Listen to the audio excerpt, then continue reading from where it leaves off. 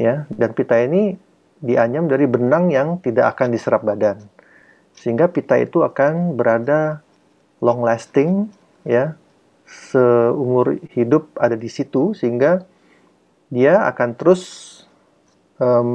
menyokong, ya, membuat kekuatan di daerah situ, sehingga yang tadinya kalau kita batuk bersin dia bergerak dan kencing keluar, dan setelah dipasang pita ini, ya, langsung terjadi perubahan, ya, karena pita ini yang terpasang seperti gambar di video sebelah kanan ini, The objective dia of this program is ya to dia provide menyokong an overview di of the bawah dari pertinent saluran keluarnya anatomic kencing, landmarks di bawah associated uretra, with the ya, inside-out sehingga obturator betul-betul approach for the si placement of mid-urethral kandung kencing tension-free dan slings for the treatment of uretra stress itu urinary incontinence. disokong sama dia, tidak bergerak lagi, ya.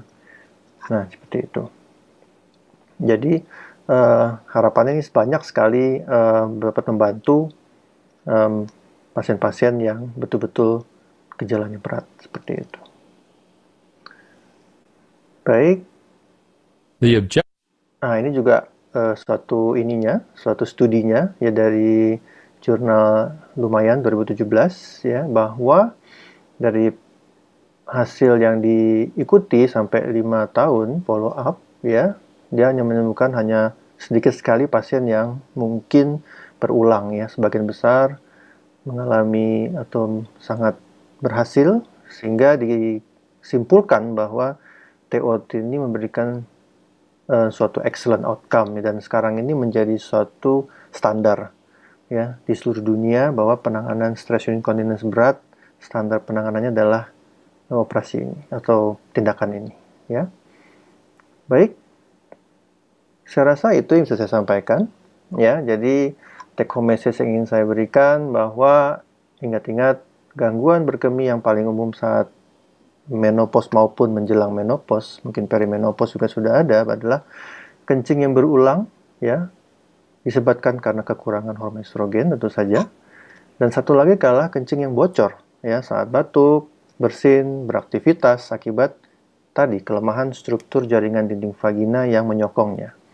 Sehingga teknologi terkini untuk mengatasinya, ya, apabila kita tidak ingin atau agak takut untuk menggunakan hormonal, ya, kita dapat menggunakan terapi laser vagina yang dikombinasi dengan platelet rich plasma, ya, yang keamanannya baik karena didapat dari badan kita sendiri untuk membantu, ya, regenerasi pertumbuhan dan penguatan struktur jaringan dinding vagina yang tadinya tipis, ya, dan juga dapat menghalangi atau menghindari atau menghilangkan gejala-gejala penipisan vagina lain seperti tadi disebutkan rasa sakit, rasa seperti gatal, terbakar, dan lain-lain. Dan terakhir, untuk kencing bocor yang berat dapat ditangani dengan pemasangan pita melalui vagina yang terapinya berbasis one day care tanpa memerlukan rawat inap.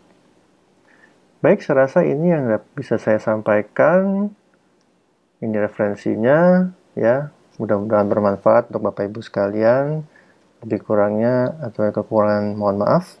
Ya, saya ucapkan terima kasih sekali lagi. Saya tutup presentasi saya. Billahi taufik wa hidayah. Assalamualaikum warahmatullahi wabarakatuh.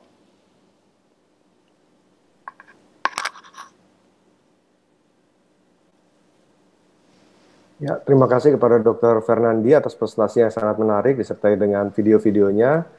Kita lanjut, ya, ke presentasi berikutnya. Presentasi berikutnya tentunya materinya sudah kita akan tunggu-tunggu nih, ya, karena ini cukup baru teknologinya. Materi ini akan dibawakan oleh Dr. Karina, spesialis bedah plastik, rekonstruksi, dan estetik. Dr. Karina ini bukan saja seorang dokter bedah plastik. Setelah menyelesaikan pendidikan dokter dan spesialis bedah plastik di FKUI, beliau mendirikan Yayasan Hayandra Peduli. Nah, saat ini beliau juga berperan sebagai CEO Yayasan Hayandra Peduli, Hayandra Klinik, dan Hayandra Lab. Tahun lalu beliau juga telah menyelesaikan pendidikan S3 di Ilmu Biomedik Fakultas Kedokteran Universitas Indonesia melalui penelitiannya di bidang stem cell. Baik, Dr. Karina, saya persilahkan untuk membawakan materinya. Bismillahirrahmanirrahim. Assalamualaikum warahmatullahi wabarakatuh. Terima kasih sekali kepada Dr. Doni yang telah membawakan acara ini dan telah mempersilahkan saya untuk membagikan sedikit mungkin ilmu yang beberapa mungkin cukup baru ya. Jadi semoga berguna.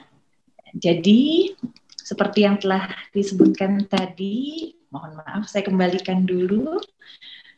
Saya adalah CEO dan pendiri Yayasan Hayandra Peduli yang telah beberapa kali bekerja sama dengan IAI dan PT ISFI. Mungkin sebagian pemirsa di sini pernah melihat webinar kami juga sebelumnya. Ya. Dan selamat kepada para wanita di seluruh dunia karena hari ini tepat pada tanggal 18 Oktober 2020 kita sebenarnya sedang merayakan Hari Menopause Dunia. Ya, untuk itu kami dari Yayasan Hayandra Peduli dan Klinik Hayandra serta Hayandra Lab ingin sekali berbagi bagaimana sih sebenarnya mungkin ada teknologi-teknologi terbaru yang dapat membantu para wanita yang telah memasuki usia menopause untuk tetap dapat menghadapi menopause-nya dan tetap dapat produktif di usianya yang telah lanjut dan tetap tampak fabulous. Oke. Baik, hari ini topik yang saya sampaikan adalah terapi sel menjelang dan sesudah menopause sehingga wanita bisa tetap sehat, aktif, dan menarik di usia lanjut. Ini adalah disclosure dan disclaimer saya. Dan karena webinar hari ini juga merupakan ajang untuk mendapatkan credit point bagi para apoteker yang tergabung di Ikatan Apoteker Indonesia, ini adalah learning objectives pada hari ini. Semoga peserta dapat memahami perubahan tubuh yang terjadi akibat menopause dan mengerti perkembangan teknologi medis baik di bidang rekonstruksi maupun estetik untuk penanganan keluhan dan kelainan akibat menopause. Dan outline yang akan saya tampilkan pada hari ini adalah kelainan akibat menopause, teknologi terapi sel, minimal invasive procedures, dan contoh-contoh kasusnya dalam aplikasi klinik. Baik, ini telah disebutkan tadi oleh pembicara-pembicara sebelumnya bahwa keluhan menopause terbagi 3 bagian, yaitu somatik, vasomotor, dan psikis. Itulah sebabnya seperti tadi yang dikatakan oleh Dr. Anggara, keluhan ini sebenarnya sebaiknya didukung oleh suatu center yang komprehensif, yaitu suatu center menopause yang memiliki berbagai tenaga ahli yang berperan untuk dapat secara komprehensif mengatasi keluhan-keluhan ini. Nah, karena apa? Karena pada pasien penderita menopause, ya, wanita dengan usia menopause, terjadi banyak sekali hal. Terjadi perubahan kulit, mungkin juga banyak terjadi kasus osteoartritis, lalu juga ada Alzheimer alias penurunan kemampuan sel otak ya, dan juga ada penurunan sel imun. Jadi bayangkan betapa banyaknya hal yang terjadi pada wanita-wanita usia menopause dan tentu ini harus ditindaklanjuti secara teamwork ya, secara komprehensif. Nah, sekarang pertanyaannya adalah apakah kita mau bergantung pada obat-obatan ataupun operasi? Bagaimana jika tidak cocok dengan obatnya, ya? Atau resiko kanker tadi, seperti yang Dr. Anggara telah ceritakan mengenai hormone replacement therapy, ya? Atau misalnya harus operasi, namun ada kekhawatiran tentu ya gagal operasi. Nah, jadi apakah ada teknik-teknik lain yang dapat menunjang kekhawatiran-kekhawatiran itu? Ya, biar bagaimanapun kita juga ingat bahwa satu modalitas tentu kalah baik bila dibandingkan beberapa modalitas sekaligus untuk mengatasi suatu masalah. Ya. Nah, yang bagusnya adalah saya senang sekali saya berhasil meng-quote kalimat ini ya. Ternyata banyak sekali teknologi baru yang ternyata sudah dekat sekali dengan kita ya, dan sudah ada di Indonesia. Beberapa akan saya terangkan di sini. Yang pertama adalah stem cell. Ini adalah teknologi yang kita anggap baru di Indonesia, namun di dunia ini sudah puluhan tahun